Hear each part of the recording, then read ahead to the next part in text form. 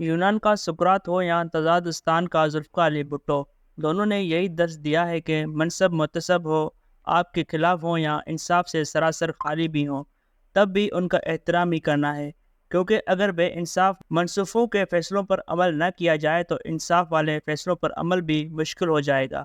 سقراط نے غلط فیصلے پر سر جھکا کر زہر پی لیا اور اف تک نہ کی۔ ذوالفقار علی بھٹو بھی ضیاء الحق کے چمچہ منصفوں کو میلاٹ کہتے کہتے پھانسی پر جول گئے۔ ابوالکلام آزاد سے منسوب ہے کہ دنیا کے سب سے زیادہ بڑی ناانصافیاں انصاف کے ایوانوں میں ہی ہوئی ہیں۔ تزادستان کی تاریخ تو ایسے فیصلوں سے بڑی پڑی ہے۔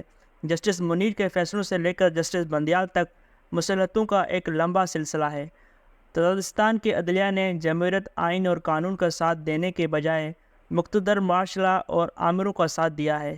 آمروں نے اسمبلیاں توڑی تو ججوں نے اسے جائز قرار دیا، جنرلوں نے مارشلہ لگائے تو ججوں نے انہیں جائز قرار دیا، وزیر اعظموں کو جیل بھیجا گیا تو ججوں نے انہیں رہا کرنے کے بجائے سزائیں سنائیں، ججوں کی کرپشن کا ریفرنس آئے تو سب جج اکٹھے ہو کر اسے رد کر دیتے ہیں، سیاستدان پر کرپشن کا جھوٹا کیس بھی آئے تو منصب اسے برسوں لٹکا دیتے ہیں۔ مقتدر اور عدلیہ کے اسے گٹھ جوڑ کی وجہ سے ہر وزیر اعظم کو رگڑا لگایا جاتا ہے۔ شاید ہی کوئی خوش قسمت ہو جو جیل جانے سے بچا ہو، وگرنہ وزیر اعظم اتنا عرصہ اقتدار میں نہیں رہتا جتنا عرصہ اسے جیل کی ہوا کھانا پڑتی ہے۔ پوری تاریخ میں ایک بھی جج جیل نہیں گیا۔ ہاں، ججوں نے تقریباً ہر سیاستدان کو جیل بھیجنے میں مدد و تعاون کیا ہے۔ سب کو پتہ تھا کہ عدلیہ مقتدر کے باندھی ہے، لیکن اس کے باوجود جب افتخار چودھری نے جنرل مشرف کے سامنے حرف انکار بلند کیا تو عوام، میڈیا اور سیاستدانوں نے عدلیہ کی آزادی کے نام پر تحریک چلائی۔ تحریک کامیاب ہوئی اور افتخار چودھری دوبارہ سے چیف جسٹس بن گئے۔ ہونا تو یہ چاہیے تھا کہ عدلیہ اس کے بعد جمہوریت، آئین اور پارلیمنٹ کا ساتھ دیتی، مگر اس نئی متحرکہ عدلیہ نے اپنے توپوں کا رخ سیاستدانوں کی طرف ہی رکھا۔ کبھی میمو گیٹ اور کبھی سوئس خط کے نام پر اہل سیاست کو رگیدا گیا، اور حد تو یہ ہے کہ پہلی بار ایک منتخب وزیر اعظم کو آرٹیکل 184(3) کے تحت نااہل کر کے گھر بھیج دیا گیا، حالانکہ آئین میں وزیر اعظم کو فارغ کرنے کا یہ طریقہ سرے سے موجود ہی نہیں۔ ہماری عدلیہ نے من مانی تشریح اور اختراعات کے ججوں کو تو مقدس بنا لیا، لیکن آئین، جمہوریت اور سیاست کو قربانی کا بکرا بنا لیا۔ افتخار چودھری ہوں، جسٹس کھوسہ ہو، جسٹس ثاقب نثار ہوں یا جسٹس بندیال، انہوں نے آئین، جمہوریت اور پارلیمنٹ کے مضبوطی کے بجائے غیر جمہوری روایات کو مضبوط کیا۔ کھوسہ ہو، ثاقب نثار ہو یا بندیال، انہوں نے پسند ناپسند کی بنیاد پر فیصلے کر کے آئین کو رون ڈالا۔ سچ تو یہ ہے کہ آج ملک میں جو سیاسی، معاشی اور آئینی بحران ہے، اس کی تشکیل میں ان ججوں کا کلیدی کردار ہے۔ جسٹس بندیال جب ہائی کورٹ کے جج تھے تو آئین کی جمہوری تشریحات کیا کرتے تھے، سپریم کورٹ گئے تو کنفیوز ہو گئے، ان کے متضاد فیصلوں نے جمہوریت کی منزل کھوٹی کر دی۔ عمران خان نے اسمبلی توڑی تو جسٹس بندیال اور ساتھی ججوں نے اسمبلیاں بحال کر کے پی ڈی ایم کی حکومت بنوا دی۔ پی ڈی ایم کی حکومت بن گئی تو اسے چلنے نہ دیا، حکم دیا کہ 90 دن میں الیکشن ہو، مگر جب اس حکم پر عمل نہ ہوا تو اتنی جرأت نہ کر سکے کہ توہین عدالت کا نوٹس دے کر اپنے فیصلے پر عمل درآمد کروائیں۔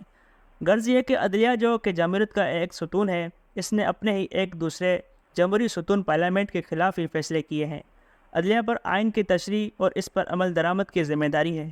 میڈیا پر حملہ ہو، حکومت اس پر پابندی لگا دے، صحافی جیل بھیج دیے جائیں یا چینل بند ہو جائے۔ عدلیہ نہ ناراض ہوتی ہے، نہ ایسا فیصلہ دیتی ہے کہ آئندہ ایسا نہ ہو سکے، کمزور فیصلے کر کے اپنی جان چھڑانے تک محدود رہتی ہے۔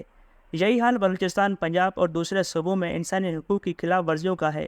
عدلیہ نے کب بلوچستان یا پنجاب میں ظلم پر کوئی زوردار فیصلہ کیا ہے؟ خیر، یہ سب کچھ تو ماضی اور حال کی کہانیاں ہیں۔ آج کے میلاد مختلف نظر آتے ہیں۔ مقتدر کے خلاف فیصلے سنائے، سب پروٹوکول توڑ کر پارلیمنٹ کی تقریب میں جا کر بتایا کہ وہ پارلیمنٹ کو برتر مانتے ہیں۔ وہ پہلے ہیں جنہوں نے اپنے اختیارات میں خود کمی کے حوالے سے فیصلہ کیا ہے۔ ایسا محسوس ہوتا ہے کہ پہلا جمہوری جج آیا ہے جو آئین اور پارلیمنٹ کی بحالی پر یقین رکھتا ہے۔ یہ بھی حسن ظن ہے کہ وہ جسٹس بندیال کی طرح سیاسی طور پر کنفیوزڈ نہیں ہے، بلکہ سیاسی عمل کے آگے چلنے پر یقین رکھتا ہے۔ اس پس منظر میں میلاد سے ایک جمہوری اور آئینی کردار کی توقع ہے۔ سب سے پہلا مسئلہ انتخابات کی تاریخ کا ہے۔ آئین میں اس حوالے کوئی ابہام نہیں، واضح طور پر 90 روز کے اندر انتخابات کروانے کا پابند بنایا گیا ہے۔ چیف الیکشن کمیشن یا باقی لوگ آئین کی اس واضح ہدایت کو نظر انداز کر کے آئین کے ساتھ مذاق کر رہے ہیں۔ مائلارڈ کو اس حوالے سے اپنی تاریخی ذمہ داری سے عہدہ برا ہونا ہوگا۔ احتساب کے نام پر سیاستدانوں کی جس طرح مٹی پلید کی گئی ہے اور جمہوریت کا مذاق اڑایا گیا ہے، مائی لارڈ کو اس حوالے سے احتساب قوانین کو آئین کے مطابق بنانا چاہیے۔ احتساب قوانین میں ہر وہ شق جو آئین کے خلاف ہے اسے منسوخ کرنا چاہیے۔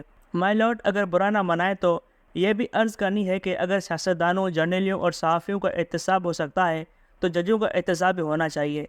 ججوں کے احتساب کے لیے آرٹیکل 209 جسے سپریم کورٹ نے تقریباً ختم کر دیا ہے اسے بحال ہونا چاہیے۔ مائی لارڈ، آپ کے بارے میں کہا جاتا ہے کہ آپ انپریڈکٹیبل ہیں۔ توقع کرنی چاہیے کہ آپ اسی کو مثبت ہتھیار بنا کر اپنے جانے تک آئین، جمہوریت، پارلیمنٹ، عدلیہ اور میڈیا کی آزادی کو مضبوط بنا جائیں گے۔ اگر آپ نے بھی ماضی کے منصوبوں والا رویہ ہی اپنائے رکھا تو ہماری تقدیر بدلنے کی امید دم توڑ جائیں گی۔ مائی لارڈ، آپ کا کام مشکل صحیح مگر ممکن ہے۔ تاریخ بنائیں، تعصب، نفرت اور محبت، لالچ اور منفعت سے نکل کر فیصلے کریں۔ جسٹس مارشل بنیں، جسٹس منیر اور ثاقب نثار نہیں۔